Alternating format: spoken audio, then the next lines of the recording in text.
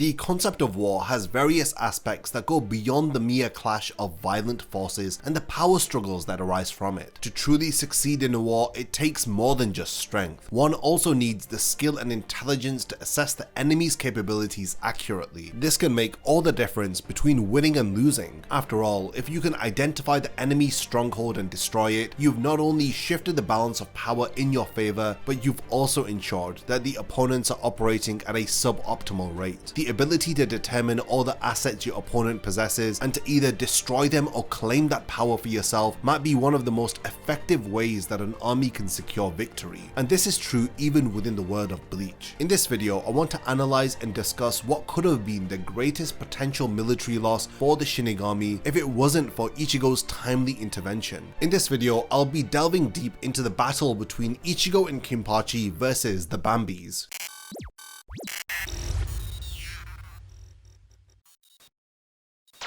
Before the video begins, only 12% of the people who watch my content are subscribed to the channel. If you enjoy these videos, then subscribe and stick around for more content just like this. Now let's get back to the topic of the video. At this point, it's fair to say that Yhwach's intellect and strategic prowess are often underrated and unappreciated by Bleach fans. While he didn't spend much time delivering long monologues about the genius of his plans like Aizen, he is by no means lacking in strategy and warfare skills. His very origins support this idea, as Yhwach has been a warlord for at least 1,000 years, and he has been shown to have waged multiple wars and conquered numerous territories during Bambi's flashback from 1,000 years ago. This level of experience alone should indicate that Yhwach is no stranger to war. However, another aspect that most fans overlook is that for over a millennia he has been leading armies, as well as losing men. These are soldiers of varying skill levels and intellect who could have been generational geniuses, but with the death of each of these men, their soul, intellect and abilities would all be transferred back to Yhwach, and this elevates his already well-developed strategic prowess to an incredible level. Kubo demonstrates the forward-thinking and planning of Yhwach during the first and second invasion of the Quincy. During the first invasion, Yhwach employs several tactics to cripple the Soul Society, from ensuring that Yamamoto is not in the right state of mind in order to make it easier to kill him, all the way to having the sternritter steal some of the captain's Bankai in order to further weaken the Shinigami. He had also gone out of his way to create a perfect list called the 5 Great War Powers that pinpoints the deadliest and most threatening individuals in the Soul Society. The sternritter were warned of these individuals and were told to prioritize killing them. Now, this level of planning really supports the fact that they had been lying in wait for centuries and preparing for this war. This idea continues to hold true into the second invasion of the Quincy, where the sternritter employed the tactic I mentioned at the beginning of the video. This list of the 5 Great War Powers had not only identified the most dangerous assets of the Soul Society, but also what they had brought to the table. Urahara was noted for his incalculable tricks and tactics. Ichibe was noted for his great wisdom. Aizen was noted for his immense reiatsu. Kenpachi was noted for his incredible strength, and Ichigo was noted for his latent potential. The sternritter had been fighting with this ranking in mind. During the first Quincy invasion, there wasn't much of a chance for the sternritter to act upon this list of war potentials. However, during the second Quincy invasion, a great opportunity had opened up for them to take out one of the most dangerous Shinigami in the Soul Society. We see this in chapter 579, right after Kenpachi had fought and defeated Gremmy. Their battle had captured the attention of both Shinigami and Quincy alike. The very prospect of these two massive powerhouses clashing was as dangerous as any natural disaster. Each of them had the ability to single-handedly destroy all of the Soul Society, and their clashes demonstrated this on many levels. If you want to see my detailed analysis on Kenpachi's battle against Gremmy, then I highly recommend that you check out that video. However, aside from the threat of extinction that was posed by Gremmy's power, it had seemed that the Quincy were waiting for another opportunity. If Gremmy had failed to kill Kenpachi, then they had known for a fact that there would be no way that Kenpachi would be at full strength following the fight. Despite losing one of their most powerful sternritters, Gremmy, they had used his defeat as an opportunity opportunity to take one of the 5th grade war potentials off of the playing field. After Gremmy's stage had collapsed, the surrounding Shinigami had learned of Kenpachi's victory and had gathered around him to celebrate. It was clear that Kenpachi's win didn't come easily, as he had started to vomit blood and he had struggled to stay upright. Despite his weakened state, he was able to notice Yachiru's Shihakusho and Lieutenant badge on the floor and had immediately asked the Shinigami if they had seen her. He had ordered them to find her at once, but as they had quickly set off to search for her, their efforts were cut short when they were incinerated by a lightning bolt from the sky. Kenpachi turned to see 4 Quincy ladies on a nearby building. These 4 Quincy's, who were referred to as the Bambies, didn't hesitate in the slightest to make their presence known. When Candice had noticed that there were still some living Shinigami, she had prepared to fire another lightning bolt towards them, but Kenpachi had intercepted her attack by jumping into the air and attempting to cut her down from behind. Candice evaded the strike and moved behind him and blasted him with lightning. Meninas followed up with a powerful punch, sending Kenpachi crashing down. Realizing that their captain's life was in danger, the surrounding Shinigami had rushed to his aid, but they were no match for the combined power of the Bambies, who had brutally killed them all with their respective shrifts. As Kenpachi had tried to stand up, Candice had pelted him with successive lightning bolts, leaving him paralyzed and surrounded by the 4 of them, as they were now ready to finish him off. I personally believe that they had planned to turn Kenpachi into a zombie in his weakened state. If they were successful, it would have ensured their victory in the war, I believe. Just as Kenpachi wondered if this was the end, a massive explosion erupts in the sky above him. The story continues in chapter 581, where multiple Shinigami aware of the situation had rushed to the scene. They were aware that if they had lost Kenpachi at this critical point in the war, then it would prove to be disastrous, so they had hurried to save his life. But before they could arrive, they had felt the powerful explosion in the sky, which had carried a familiar spiritual pressure with it. They had all realized that Ichigo has finally returned to the Soul Society. Upon landing, he catches the Bambi's attention, but he already appears behind them before they can even react. He greets Kenpachi as Candice prepares to blast him with her lightning. Before she can release the attack, Ichigo grabs her hand and flings it into a nearby building.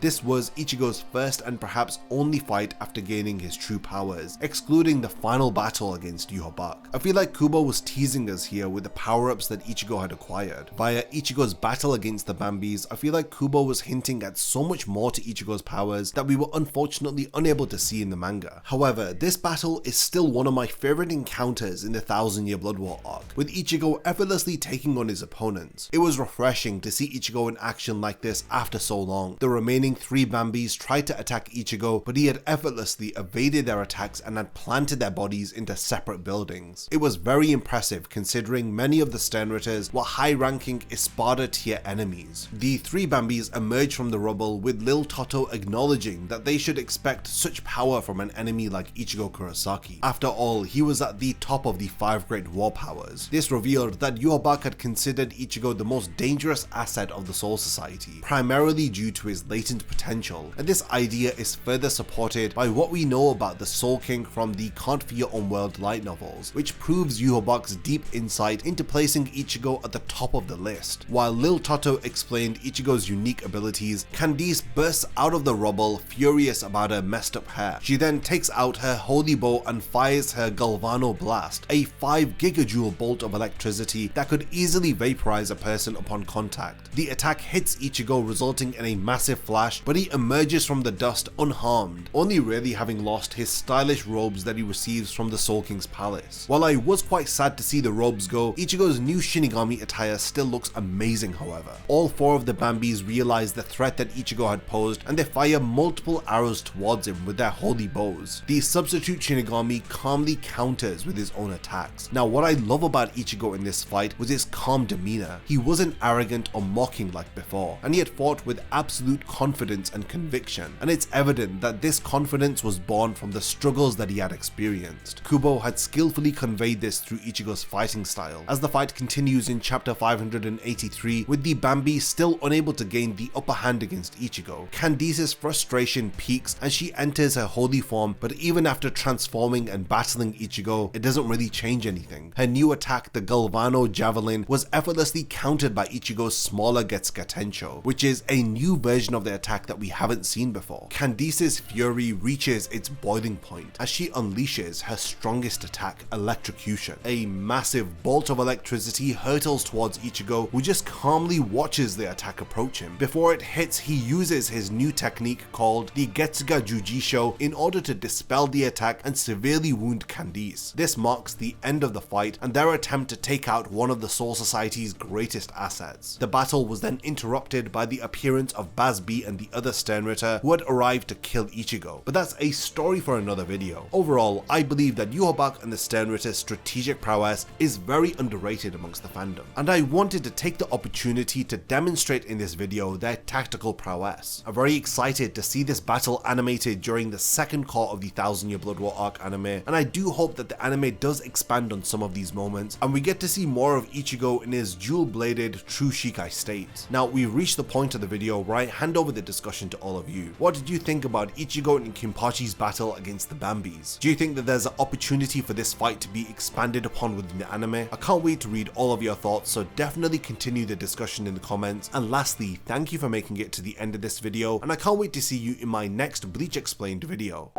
If you enjoy my content, then you can support my channel through Patreon for as little as $1 a month, or even through YouTube by becoming a channel member. You will gain access to exclusive channel perks and a Discord server which I frequently use. So become a member of my Zero Division and be the first to know about my upcoming videos. And once again, thank you for sticking around till the end of the video, and whatever you contribute will mean a lot to me.